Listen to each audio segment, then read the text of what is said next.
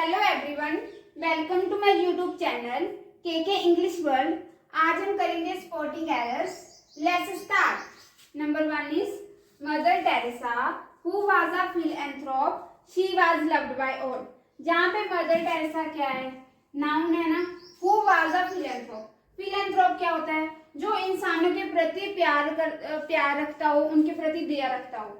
She was loved by all, जहाँ पे जो हमने देखा कि नाउन की जगह पे क्या आता है, प्रनाउन आता है ना, क्योंकि जहाँ पे नाउन की रेपिटेशन होती हो। बट नाउन के साथ कभी प्रनाउन नहीं आता, नाउन की जगह पे प्रनाउन आ सकता है। इस सेंटेंस में तो नाउन है, फिर हमको प्रनाउन की क्या जरूरत है, इसीलिए जहाँ पे हम शी हटा देंगे।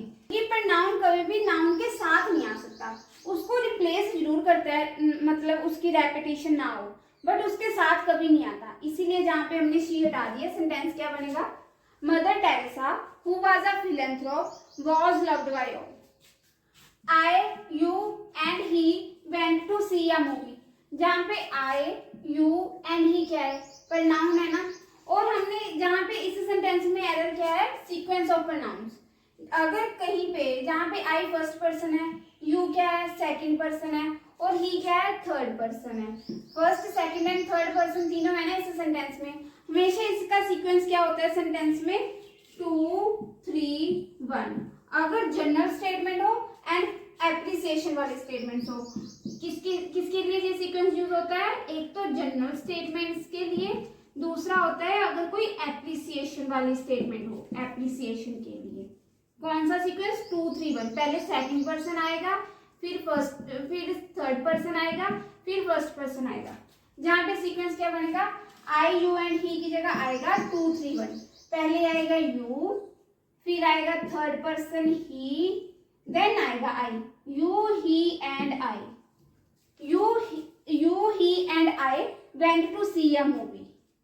हमने पिछले सेंटेंस में देखा था कि सीक्वेंस क्या होता है, जनरल स्टेटमेंट एंड एप्रिसिएशन वाले स्टेटमेंट में प्रोनाउंस का 2, 3, 1 में 2, 3, 1। पहले सेकंड पर्सन, फिर थर्ड पर्सन, फिर फर्स्ट पर्सन। अगर नेगेटिव स्टेटमेंट हो, मतलब किसी सेंटेंस में किसी मिस्टेक की बात हो, किसी ब्लेम की बात हो, कोई भी नेगेटिव वर्ड वहां पे यूज किया हो, वहां पे सीक्वेंस क्या होता है, 1, 2, 3। क्योंकि सबसे पहले ब्लेम हमें अपने ऊपर लेना चाहिए, फिर दूसरे पर्सन को देना चाहिए, फिर तीसरे पर्सन को देना चाहिए।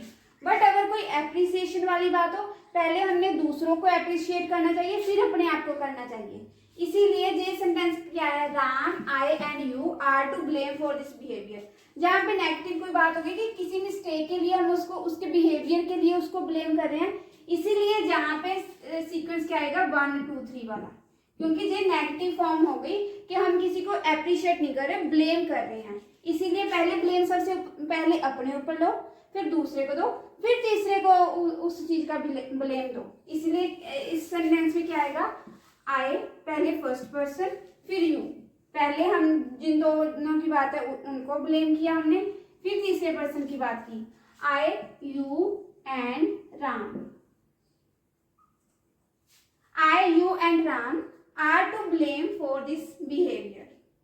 There is no love lost between him and her. जहाँ पे हिम एंड हर क्या है, ऑब्जेक्ट फॉर्म ऑफ प्रनाउन है। प्रनाउन क्या होता है, जो नाउन की जगह पे आता है, ही, शी, इट, ऐसे ये ऑब्जेक्ट फॉर्म ऑफ प्रनाउन है हिम एंड हर। जहाँ पे किया नो लव लॉस्ट, ये नो लव लॉस्ट का मतलब होता है दुश्मनी। अगर हमारी किसी के साथ दुश्मनी हो, याद कैसे रखें कि इसका मतलब दुश्मनी होता है, नो लव, जितना लव था वो सारा लॉस्ट हो गया, अब कोई लव नहीं बचा, इसीलिए इसका मतलब हो गया there is no love lost between him and her. उनके बीच में क्या थी, दुश्मनी थी। जहाँ पे हिम एंड हर क्या है, ऑब्जेक्ट फॉर्म ऑफ प्रनाउन है। मतलब ये सेंटेंस ठीक है कि गलत है, क्योंकि हिम एंड हर दोनों के बीच में हमने कंपैरिजन किया, और अगर हमने एंड के साथ दोनों को किया तो दोनों ऑब्जेक्ट फॉर्म में है। मतलब अगर हमने कंपैरिजन करना हो तो ऑब्जेक्ट का हमेशा ऑब्जेक्ट के साथ हम कंपैरिजन करते हैं। अगर सब्जेक्टिव फॉर्म में होता तो फिर हम सब्जेक्ट का कंपैरिजन सब्जेक्ट के साथ करते हैं। जहाँ पे ऑब्जेक्ट का कंपैरिजन ऑब्जेक्ट के बीच में, मतलब हमने बैलेंस बनाया है। अब ये सेंटेंस देखो, I love him as much as dash. जहाँ पे वो बताओ हर आएगा कि शी आएगा। शी क्या है, सब्जेक्ट फॉर्म है प्रनाउन की, और जो हर है वो क्या है, ऑब्जेक्ट फॉर्म है प्रनाउन की। अब बताओ क्या आएगा, I love him as much as her और शी, क्या आएगा? हमेशा कंपैरिजन सब्जेक्ट का सब्जेक्ट के साथ होता है और दूसरा ऑब्जेक्ट का ऑब्जेक्ट के साथ होता है। जहाँ पे अगर हमने जहाँ पे हर लिख दिया तो सेंटेंस का मतलब क्या बनेगा? I love him as much as her. अब इस सेंटेंस का मतलब क्या बनेगा?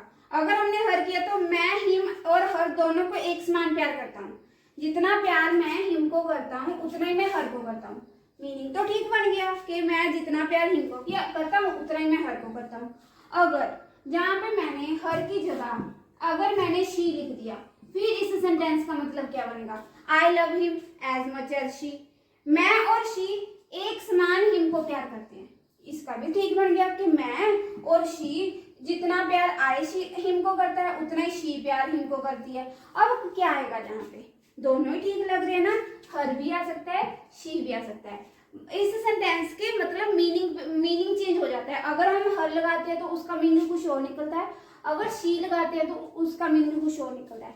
बट एक बात याद रखना, हमेशा ऑब्जेक्ट फॉर्म और नाउन का कंपैरिजन हमेशा ऑब्जेक्ट फॉर्म के साथ होगा। अगर सब्जेक्ट हो जहाँ पे अगर ही का कंपैरिजन हम शी के साथ करते हैं और हिम का हर के साथ, ये हमेशा ध्यान रखना। जहाँ पे शी एंड हर दोनों आ सकते हैं, बस उस सेंटेंस का मीनिंग चेंज हो जाएगा हर और शी के साथ। अगर जहाँ पे हर होता फिर तो मीनिंग आना था मैं हिम और हर दोनों को एक समान प्यार करता हूँ, मतलब जितना प्यार मैं हिम को करता हूँ उतना ही हर को। अगर जहाँ पे शी आ जाता फिर आना था जितना प्यार आई हिम को करता है उतना ही शी प्यार हिम को करता है, बस। He was so afraid that his knees knocked against one another. जहाँ पे वो इतना डर रहा था कि उसके जो नीज थे वो एक दूसरे के साथ नॉक कर रहे थे। जहाँ पे वन अनदर आ गया। वन अनदर किसके लिए यूज होता है? जब हम दो से अधिक चीजों की बात करते हैं तब हम वन अनदर का यूज करते हैं। बट जहाँ पे किया उसके नीज तो दो है, दो से ज्यादा थोड़ी ना है, इसीलिए जहाँ पे ईच अदर आएगा कि उसके जो नीज थे वो एक दूसरे के साथ किए नॉक कर रहे थे, इसीलिए जहाँ पे ईच अदर आएगा। क्योंकि हमने दो चीजों की बात करनी है इसलिए ईच अदर आएगा। अगर दो से ज्यादा कुछ होता चीजें होती फिर हमने वन अनदर का यूज करना था। After the farewell the students bade each other goodbye. Farewell के बाद स्टूडेंट्स एक दूसरे को गुड बाय बोल रहे थे, विश कर रहे थे। हमने पिछले सेंटेंस में देखा था कि अगर हमने दो चीजों के बीच में रिलेशन दिखाना हो तो हम ईच अदर का यूज करते हैं। अगर दो से ज्यादा हो फिर हम वन अनदर का यूज करते हैं।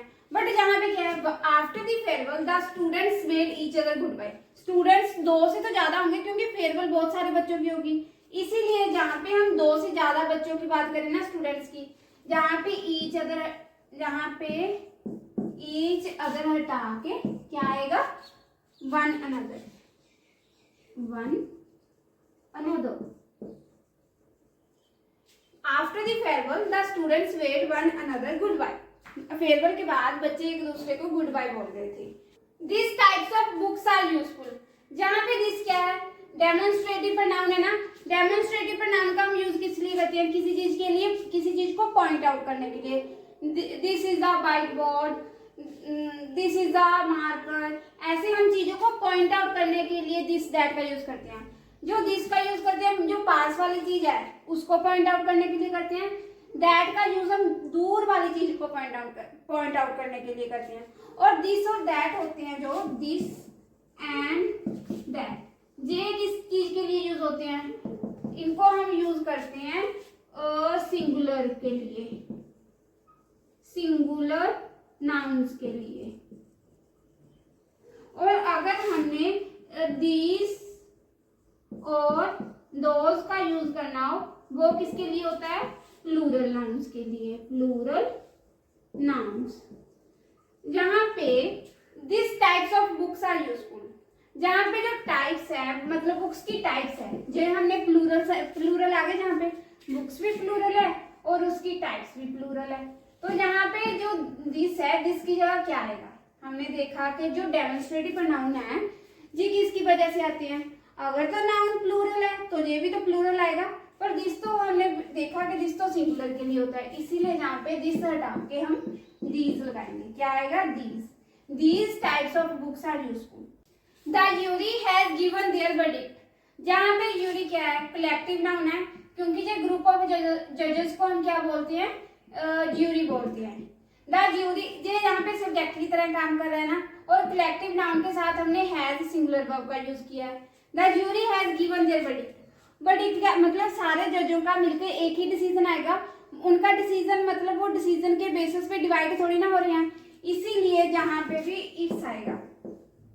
अगर हमने सेंटेंस के सब्जेक्ट जो है वो कलेक्टिव नाउन है तो उसके बाद सिंगुलर वर्ब आएगी, और अगर एडजेक्टिव और प्रोनाउन कुछ आएगा भी ना, वो भी सिंगुलर फॉर्म में आएगा। इसीलिए जहाँ पे है the jury has given its verdict. जहाँ पे द टीम भी क्या है, कलेक्टिव नाउन है। The team are divided in its opinion. But यहाँ पे हमने देखा था कि जो कलेक्टिव नाउन है उसके साथ तो सिंगुलर वर्ब आती है, क्योंकि जब वो कलेक्टिव नाउन ग्रुप की तरह काम करता है। जहाँ पे टीम है, टीम भी तो हमने कलेक्टिव नाउन है, बट जहाँ पे हमने प्लूरल वर्ब का यूज क्यों किया, क्योंकि जहाँ पे the team are divided, team मतलब डिवाइड हो गई, मतलब कि इस पे अपने अपने सबके ओपिनियन थे, जो टीम है वो उसकी डिवीजन हो गई, इसीलिए जहाँ पे हमने आर प्लूरल का यूज किया। बट अगर उनका डिसीजन और उनका ओपिनियन एक होता फिर हम यहाँ पे सिंगुलर वर्ब का ही यूज करते, बट अब वो डिवाइड हो चुके हैं अपने ओपिनियन के बेसिस पे, इसीलिए जहाँ पे हमने प्लूरल वर्ब का यूज कर दिया।